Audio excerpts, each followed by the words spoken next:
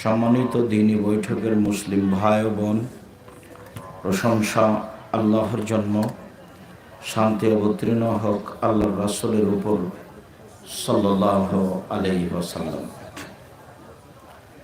আজকের দ্বীনী বৈঠকে সংক্ষিপ্ত সময়ে বক্তব্যের বিষয় বিবাহ ও সন্তান লালন পালন। বিবাহ যেমন ইসলাম ধর্মে একটি গুরুত্বপূর্ণ বিষয়, সন্তান লালন পালন তেমন একটি গুরুত্বপূর্ণ বিষয়। আল্লাহ তাআলা বলেন, ফানকিহুহুন্না বিইজনি আহলিহিন্না, তোমরা বিবাহ করো মেয়ের অভিভাবক পিতার অনুমতি সাপেক্ষে। অতহুন্না উজুরাহুন্না বিল মারুফ, আর তাদের মোহর তাদেরকে যথাযথভাবে প্রদান করো। অত্র আয়াতে আল্লাহ তাআলা বিবাহের জন্য আদেশ করেন এবং মোহর প্রদানের জন্য আদেশ করেন। আব্দুল্লাহ ইবনে মাসউদ রাদিয়াল্লাহু তাআলা আনহু বলেন, রাসূল সাল্লাল্লাহু আলাইহি ওয়াসাল্লাম বলেছেন, ইয়া মাশারাশ শাবাব, হে যুবক দলেরা, মানিস্তাতা মিনকুমুল বাত ফালিয়াতাজাওয়াজ, যাদের স্ত্রী লালন পালনের ক্ষমতা আছে, শারীরিক ক্ষমতা, মোহর প্রদানের ক্ষমতা, স্ত্রী কন্ট্রোল রাখার ক্ষমতা, তোমরা বিবাহ করো। এইভাবে আল্লাহর নবী আদেশ করেন। তিনি বলেন, ফাইন্নাহু আগাজুলিল বাসার ও আহসানুলিল ফারজ, বিবাহ হচ্ছে চক্ষু নিচু করার মাধ্যম আর লজ্জাস্থান হেফাজতে রাখার মাধ্যম। বিবাহ করার পরেও যদি মানুষ নিজের স্ত্রীকে রেখে অন্য মহিলাদের দিকে দেখে, তাহলে প্রথমত সে নবীর আদেশ মানে না, দ্বিতীয়ত সে তার দৃষ্টি খারাপ, চাল চলন আচরণ খারাপ, তার চরিত্র খারাপ, এইটা প্রমাণ হবে। তার পরের অংশে বললেন লজ্জাস্থান হেফাজতের মাধ্যম। বিবাহ করলে মানুষ আর জেনায় লিপ্ত হবে না। কাজেই বিবাহ হচ্ছে লজ্জাস্থানকে হেফাজত করার মাধ্যম। বিবাহ করার পরেও যদি মানুষ জেনায় লিপ্ত হয়, তাহলে সে খুব বড় অপরাধী। রাসূল সাল্লাল্লাহু আলাইহি সাল্লাম বলেন, অবিবাহিত ছেলে মেয়ে যদি জেনায় লিপ্ত হয়, তাহলে তাকে 100 লাঠি পিটিয়ে এলাকা থেকে 1 বছরের জন্য তাড়িয়ে দিতে হবে। তিনি বলেন, বিবাহিত পুরুষ নারী যদি জেনায় লিপ্ত হয়, তাহলে তাকে ইট ঢেল পাথর দিয়ে মেরে ফেলতে হবে। বিবাহ করার পরে জেনায় লিপ্ত হওয়া বড় অপরাধ। সে আল্লাহর রাসূলের কথা মানেনি, অশ্লীল কাজে লিপ্ত হয়েছে, যা নেহায়াত অন্যায়। সম্মানিত দ্বীনী ভাই বোন, অত্র আয়াত এবং হাদিসে বিবাহ করার জন্য আল্লাহ বলেন, আল্লাহর নবী বলেন বলে আমরা বুঝলাম বিবাহ কেমন মেয়েকে করতে হবে। এ ব্যাপারে আবু হুরায়রা রাদিয়াল্লাহু তাআলা আনহু বলেন, তোমরা দাঁড়িয়ে কেন, জায়গা নাই নাকি?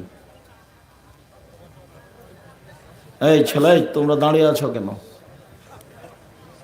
এই যারা দায়িত্ব পালন করছেন, চেয়ারম্যান সাহেব ছেলে আপনাদের দায়িত্ব ছিল, ওইদিকে সামনে দাঁড়িয়ে আছে মানুষ কেন? একটা মানুষ দাঁড়িয়ে থাকতে পাবে না। রাত অনেক হয়েছে, আমরা অল্প কিছুক্ষণ কথা বলবো ইনশাল্লাহ।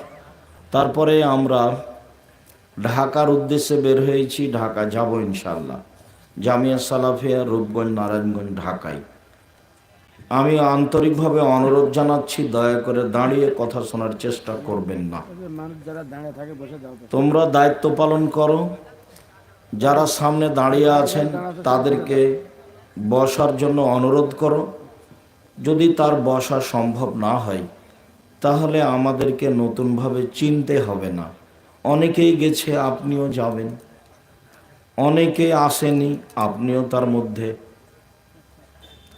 দিন যত যাবে মানুষ দিন ধর্ম থেকে তত সরে যাবে। মানুষ হয়ে যাবে কুকুর, শৃগাল, পশু প্রাণীর মতো। দিন ধর্ম তাদের কাছে কোনো মূল্যায়ন হিসাবে থাকবে না।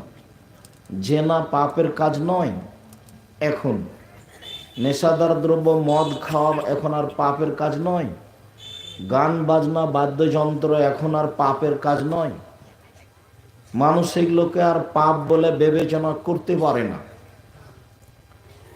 আব্দুল্লাহ ইবনে ওমর বলছেন যে একদা আমি আল্লাহ রসুলের সাথে সফরে আছি, তো আল্লাহ রসুল বাদ্যযন্ত্রের শব্দ শুনলেন। সুম্মা ওয়াদা ইসবাইহে ফিউজ নাই হে, তারপর তার আঙ্গুল দুটি তার কানের ভিতরে ঢোকালেন, ঢুকিয়ে ফানা নিত্তারিক একটু দূরে সরে গেলেন। সরে গিয়ে বলছেন, আব্দুল্লাহ ইবনে ওমর হাল তাসমা শায়ান, তুমি কি কিছু এখন শুনতে পাচ্ছ বাদ্যযন্ত্র? তখন উনি বললেন, জি না, আমি শুনতে পাচ্ছি না। ফারাফা ইসবাই হেমিন ওজনাই হে, তখন আল্লাহর নবী তার দুই কান থেকে দুই আঙ্গুল বের করে নিলেন। আর এখন দিন রাত মোবাইলে বাজনা, কানে ইয়ারফোন লাগা আছে, বাজনা গানের দোকানে চলছে। কই, মানুষ তো তেমন কিছু মনে করে না। মানুষের কাছে বিড়ি, তামাক, জর্দা, সিগারেট, গুল, নেশাদার দ্রব্য খাওয়া, পান করা কোনো পাপের ব্যাপার নয়, অথচ মহাপাপ। গান বাজনা, বাদ্যযন্ত্র চিরদিনের জন্য হারাম, অথচ ভাবে মনে হচ্ছে এটা পাপের কাজ নয়। জেনা একটা অশ্লীল কাজের সবচেয়ে নোংরা, জঘন্য অশ্লীল কাজ, তারপরেও এটা মানুষের কাছে বড় অপরাধ নয়। নারী পুরুষ দিন রাত জেনায় লিপ্ত। তো দিন যত যাবে মানুষ তত পশু প্রাণীর মতো হয়ে যাবে। দিন ধর্মের মানুষ মূল্যায়ন করবে না। দিন ধর্মের কথা বলতে গেলে তারা বলবে আমরা এখন ব্যস্ত। ব্যস্ততাই বেশি। এত শীতের রাতে এসে দীর্ঘ সময় ধরে বসে, সে আসর থেকে মাগরিব থেকে এসে থেকে এত সময় বসে থেকে কোরআন হাদিস শোনা এবং মানা, এটা তো বহু দূরের কথা। এটা সবার কাজ নয়। তো আন্তরিকভাবে অনুরোধ রইল, আমি আপনার যেমন কাছের মানুষ, আপনিও তেমন আমার কাছের মানুষ। আমি আপনার ভালোবাসাকে আন্তরিকভাবে গ্রহণ করতে চাই। আমি কথা যতক্ষণই বলি, যখনই আমি আসব, অন্তত 8-10 কিলোমিটার আশেপাশে যত দিনী ভাই বোন আছেন সবাই আসবেন, এটা আমার দাবি। আমি আপনার কিছু না কিছু উপকার করবই করব ইনশাআল্লাহ। আমি বিগত কথার সাথে একমত। আমি জাতিকে কোনোদিন ধর্মের নামে ফাঁকি দিইনি। আর জাতির সামনে দিন প্রচার করতে এসে আমি নিজস্ব সুবিধা কোনোদিন ভোগ করিনি, এটা তা করতেও চায় না। সম্মানিত দিনী ভাই বোন, তো আল্লাহ এবং আল্লাহ রাসূল বিবাহের জন্য বললেন, তো কেমন মেয়ে বিবাহ করতে হবে? আবু হুরায়রা রাদিয়াল্লাহু তাআলা আনহু বলেন, রাসূল সাল্লাল্লাহু আলাইহি সাল্লাম বলেছেন, তুনকাহুল মারাতু লিআরবাইন, মেয়েদেরকে বিবাহ করা হয় 4টে জিনিস দেখে। আমি সেটা বলিনি, আল্লাহ নবী বলছেন এটা পুরুষের স্বভাব। পুরুষ বিবাহ করলে 4টে জিনিস দেখে। 1, লেমালেহা, মেয়েটার বাপ ধনী কিনা, মেয়েটার টাকা পয়সা আছে কিনা। 2, অলে হাসাবেহা, মেয়েটা বংশীয় কিনা, সুবিধা অসুবিধায় কাজে আসবে কিনা। 3, অলে জামালেহা, মেয়েটা সুন্দরী কিনা। 4, অলে দিনেহা, মেয়েটা ধার্মিক কিনা। ফাজফার বেজাতির দিন, পৃথিবীর মানুষ, তোমরা ধার্মিক মেয়েকে বিবাহ করো। উপরের 3টার ব্যাপারে তিনি কিছু বললেন না। এখন একটা ধার্মিক মেয়ে যদি বংশীয় হয় ভালো, একটা ধার্মিক মেয়ে যদি বিত্তশালী ঘরের হয় ভালো, কিন্তু বিবাহ করার সময় মৌলিকভাবে দেখতে হবে ধার্মিক মেয়ে। স্ত্রী যদি আপনার কন্ট্রোলে না থাকে, আপনার জীবনে জিন্দেগিতে কোনোদিন আপনি আপনার সংসার সুন্দর করতে পারবেন না, এটা অসম্ভব। স্ত্রী যদি আপনার কথায় ব্যাকা হয়ে চলে, আপনার শুধু পস্তাতেই পস্তাতে দিন যাবে, আপনি কিছু করতে পারবেন না। শাদি জাহান্নাম ভি হয়, শাদি জান্নাত ভি হয়। আমরা একটা ছাত্র জীবনে পত্রিকা পড়তাম, খাতুনে মাশরেক, সেখানে লেখা থাকতো মাঝে মধ্যে বিবাহ জাহান্নামও বটে, বিবাহ জান্নাতও বটে, বিবাহ জাহান্নামও বটে, বিবাহ জান্নাতও বটে। ভালো স্ত্রী না হলে আপনি সেখান থেকে সুবিধা ভোগ করতে পারবেন না, এটাই চূড়ান্ত। আর স্ত্রী ভালো হওয়ার জন্য দুইটা জিনিস লাগবে। এক হলো তার পক্ষ থেকে কোনো প্রতিবাদ থাকা লাগবে না, থাকা চলবে না। প্রতিবাদ কি জিনিস? তুমি এ কথা বললে কেন, তুমি আমাকে গালি দিলে কেন, এর নাম প্রতিবাদ। তুমি আমার মাকে এভাবে কথা বললে কেন, এর নাম প্রতিবাদ। তুমি এটা দিতে চেয়ে দিলে না কেন, এর নাম প্রতিবাদ। প্রতিবাদ যদি স্ত্রীর মুখে থাকে তাহলে এই সংসার ভালো হবে না। দুই, অভিমান। তুমি তো একটা শাড়ি দিতে চেয়ে দিলে না, একটা শাড়ি দিবা, একটা এটা করবা, এটা করবা, চাওয়াটার নাম হলো অভিমান। অভিমান সবসময় পূরণ হয় না।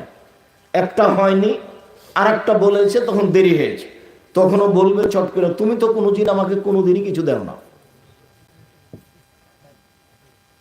তো শয়তান তখন তাকে বলবে রাতে, দেখলি আগেও দেয়নি, এখনো দেয়নি, তোকে কোনোদিনই দেয় না, বল বল বল যে তোকে কোনোদিনই দেয় না। তখন ও স্বামীকে বলবে তুমি কোনোদিনই কিছু দাও না।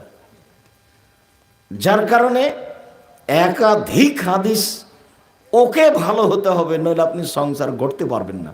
ছেলে মেয়ে সবাই খারাপ হয়ে যাবে। গান বাজনা, বাদ্যযন্ত্র, গেমস নিয়ে ব্যস্ত থাকবে। গেমস তার কাছে পাপের কাজ নয়। আপনার বউ ছেলের হাতে মোবাইল দিয়ে গেমস খেলতে লাগিয়ে দিয়ে ও আর এক টিভি দেখছে, না হলে কারোর সাথে গল্প করছে।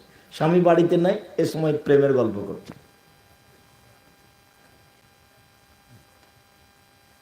অথচ রাসূল সাল্লাল্লাহু আলাইহি সাল্লাম বলছেন, মাল্লাই বা বেনারদেশির ফাকাদ আদখালা ইয়াদাহু ফি দামি খিনজির। কেউ যদি চৌসার, ছক্কা, লুডো, দাবা, পাঞ্জা, ক্যারামবোর্ড, তাস, গেমস, এই ধরনের বসে বসে খেলা পৃথিবীতে যত তৈরি হয়েছে এবং কিয়ামত পর্যন্ত যত খেলা তৈরি হবে, যেগুলো বসে বসে চলে, সময় নষ্ট হয়, এসব খেলায় কেউ যদি অংশগ্রহণ করে তাহলে সে তার হাতকে শুকুরের রক্তের মধ্যে ডুবিয়ে দিল। হাদিস বুখারী মুসলিম। এ কথা মুহাম্মদ সাল্লাল্লাহু আলাইহি ওয়াসাল্লাম বলেন। অথচ আপনার মেয়েও গেমস খেলছে, আপনার ছেলেও খেলছে, আপনার বউ বলছে খেল, তোরা এখানে দু ভাই মিলে খেলা দুই, আর আমি একটু কাজ করি, গল্প করছে ও মোবাইলে আর একজনের সাথে।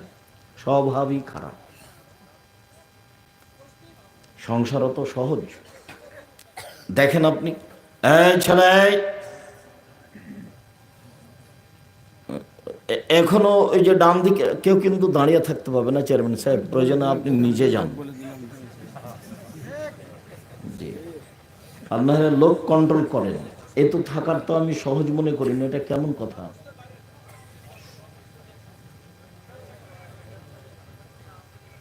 সম্মানিত দিনী ভাই বোন, কিছুক্ষণ অপেক্ষা করেন, বসে অপেক্ষা করেন। আমরা আলোচনা খুব তাড়াতাড়ি শেষ করব ইনশাআল্লাহ।